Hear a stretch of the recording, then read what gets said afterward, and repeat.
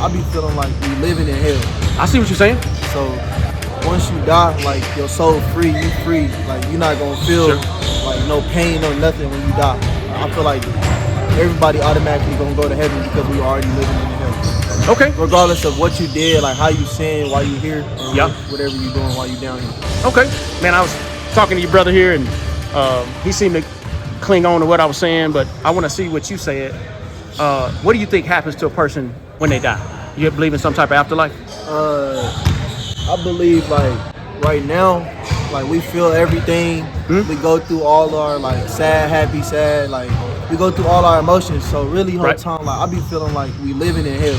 I see what you're saying. So once you die, like your soul free, you free. Like you're not gonna feel like no pain or nothing when you die. I feel like everybody automatically gonna go to heaven because we already living in hell. Okay. Regardless of what you did, like how you sin, why you here, or whatever you doing while you down here.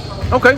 All right. So let me challenge you just a little bit, because I want you to follow the evidence. Because eternity is too long to be wrong. You don't want to be wrong. Okay. Right. So how did you come to your belief system that you think that's true? How did you come to believe that's true? Like me going to funerals, like when I go to a funeral or like a showing of the viewing of the body, like you looking at them, you talking to them, they have no response. No response. Yeah. Like they can't even hear you probably. Like that's it. They literally like in a deep sleep. Yeah. Like you're not feeling nothing. And when you sleep, like that's the best time of us living. Like you don't feel anything, but you sleep. So really, that's why I came up with that conclusion. So what happens to their soul? Do you believe in like there's a literal soul in the body, or you think they just gone? No, I believe like there's like it's some type of afterlife. Like we can be able to look down on our loved ones, or like I kind of do believe in the reincarnation. It's just hard. Like you can't really just. So you got to ask yourself, what's the evidence for what you believe? Because if you don't have evidence, man, you don't want to put your faith in something that you don't have evidential facts for. Okay. You understand what I'm saying? But in religion, like, there's no evidential facts for nothing. Like, we just going off of what somebody else said. That's like, a good point. You know how when you was in school and they do that, they play that game, the whisper game, when you whisper in somebody's ear and they come back around, something totally and it may not be true. Come on, like that's basically what us in history going through. Yeah. We're taking in what they're giving us. So whatever they're telling us, we have a choice to believe it or not. That's a good point. But all right, so in history, there's evidential facts of what Jesus said about himself is true. Okay. It's written down by people who didn't even believe in Jesus. They claim about 2,000 years ago, in first century, second century, they recorded this man going around doing miraculous events that people didn't even understand what this. They said he was just doing magic. Now that could be true. Maybe he was just a great magician. Right. But let me tell you why I don't think he was just a great magician. The Bible says he claims to be God, but he came as a human being in human flesh. You have any idea why Jesus became a man instead of just staying God? For us. Okay, for sure. I feel like he's our God. Like he's supposed to be doing stuff like that. But like it's not even just like I don't know. It's when it comes to religion, it's just so much that you got to think about, put into place for you to be saying, I just believe in this. Sure. So, but I'm gonna give you some facts of why I think it's true. Just evidence. I don't want you to believe it just because I'm saying it. I want you to follow the evidence where they go. So Jesus said, I am the way, I'm the truth, and I'm the life. And nobody gets to heaven unless they come through him. Okay. So we know he said it because that's why they killed him, because he came during a time that people were very religious. But you know what the religious people were doing? They would say, hey, make sure you keep all of these laws, and if you're good enough, you'll get into heaven. Okay. That's what they were saying, and people were getting sick of that because they couldn't keep the law. But Jesus says it's not about keeping the law. It's about a relationship. Let me give you what I mean. You got parents, all right? Are you trying to earn your mother and your father's love, or do you have it unconditionally? I have it unconditionally. Now, how much bad can you do before they kick you out of the house? Probably not enough. Come on. They're still gonna love you whether you keep the rules or not.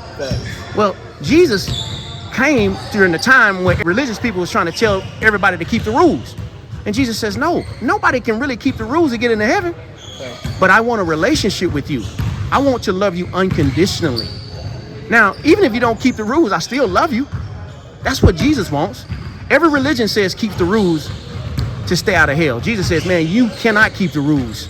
That's why I want to be in a relationship with you to help grow you up like a son and father. Mm-hmm. So let me tell you why you can't keep the rules. I'm gonna give you the good person test. Okay. How many lies have you told in your life? Countless. You ever stolen something? Yes. Sex before marriage? Yes. Use God's name in vain? OMG? Yes. All right, what letter is in the middle of the word sin? I. So anytime I do what I want to do, who did you just put above God? Myself.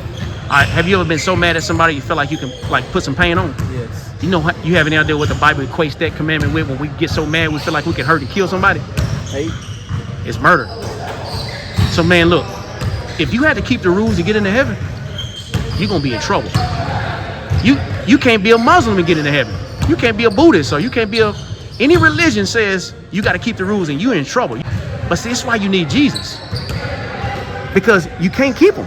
He's the only one that came on the face of the planet and says, I want a relationship. Every other religion says, no, you got to keep the rules. So now you're just living out of fear. You get what I'm saying? Yeah, I can see. Yeah. But through a relationship, God, I know I can't keep these rules. I need him. All right, I'll give you an example. My kid comes in the house with a friend. Let's just say both of them say that they're going to throw a rock to this window. The other one going to throw a rock to that window. Okay. One is my son and the other one is his friend.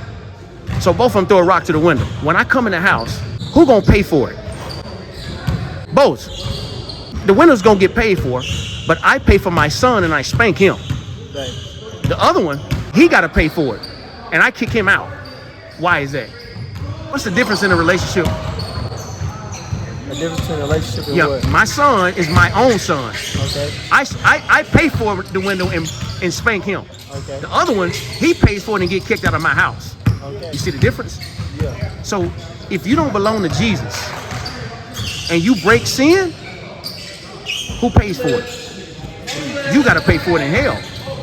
But if I break sin, he will discipline me, but he'll never kick me out of this house. You see the difference? Yeah. That's why a relationship with Jesus, you don't. Okay. Do you know the religious people who killed Jesus? He don't like religion either. Religious people who got rid of him or tried to get rid of him and then he rose again. That's why you need a relationship with Jesus. That's the evidence, man, to show you that, dude, you ain't gonna you're gonna go to hell when you die. That's why if you need Jesus, man, you have to have a relationship. He has to pay for it because you can't pay for it.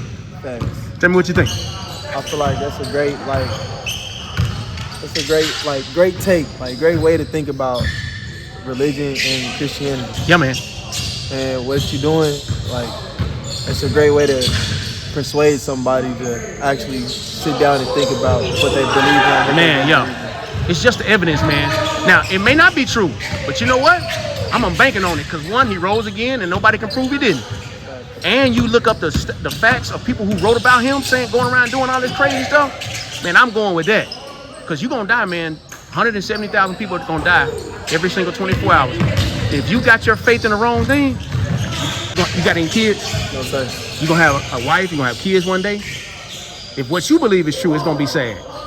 But what I'm telling you is true, you're going to see him again because that's where we're united in heaven. Okay. What you thinking? I like that. I like that. So, you got a Bible at home or? No, my parents do, my peoples do. I'm accessible to a Bible. Okay, all right. So start reading that book of John, man. But here's my question: do you feel like you need a relationship with Jesus, or you want to just go and investigate and get the evidence yourself?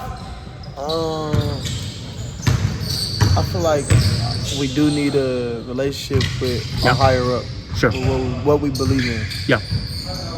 But I feel like you can't force no relationship with that. No. It just it has to come to you. I know you be hearing when people say they catch the Holy Ghost. Yeah. I feel like you gotta come to you. You can't go force it. I see what you're saying. Force it, because I didn't try to force it and it didn't go my way. I see what you're saying. So now I'm just waiting for my time. You know what's probably happening right now?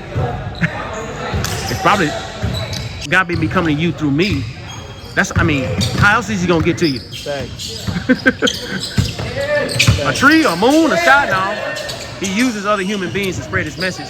That's why his disciples did what they did. Man, I love people, man.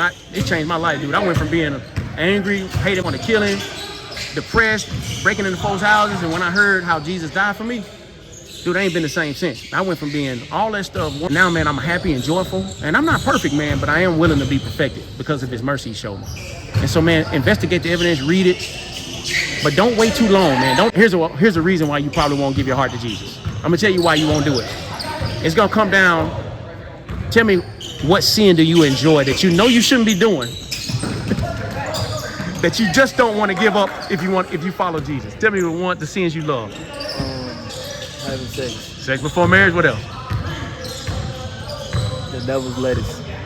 All right, devil's lettuce. Drug, okay. So my two was pornography, and I didn't want to give up, like I worship sports. That was my two. And so when somebody came to me about Jesus, I had to determine if I want to give all that stuff up. See what I'm saying? So you got to make a decision. Most people ain't going to follow Jesus because they love their sin too much. But you know it's going to cost you in the end. You're going to go to hell with your sin. And your sin won't do anything for you on the day of judgment.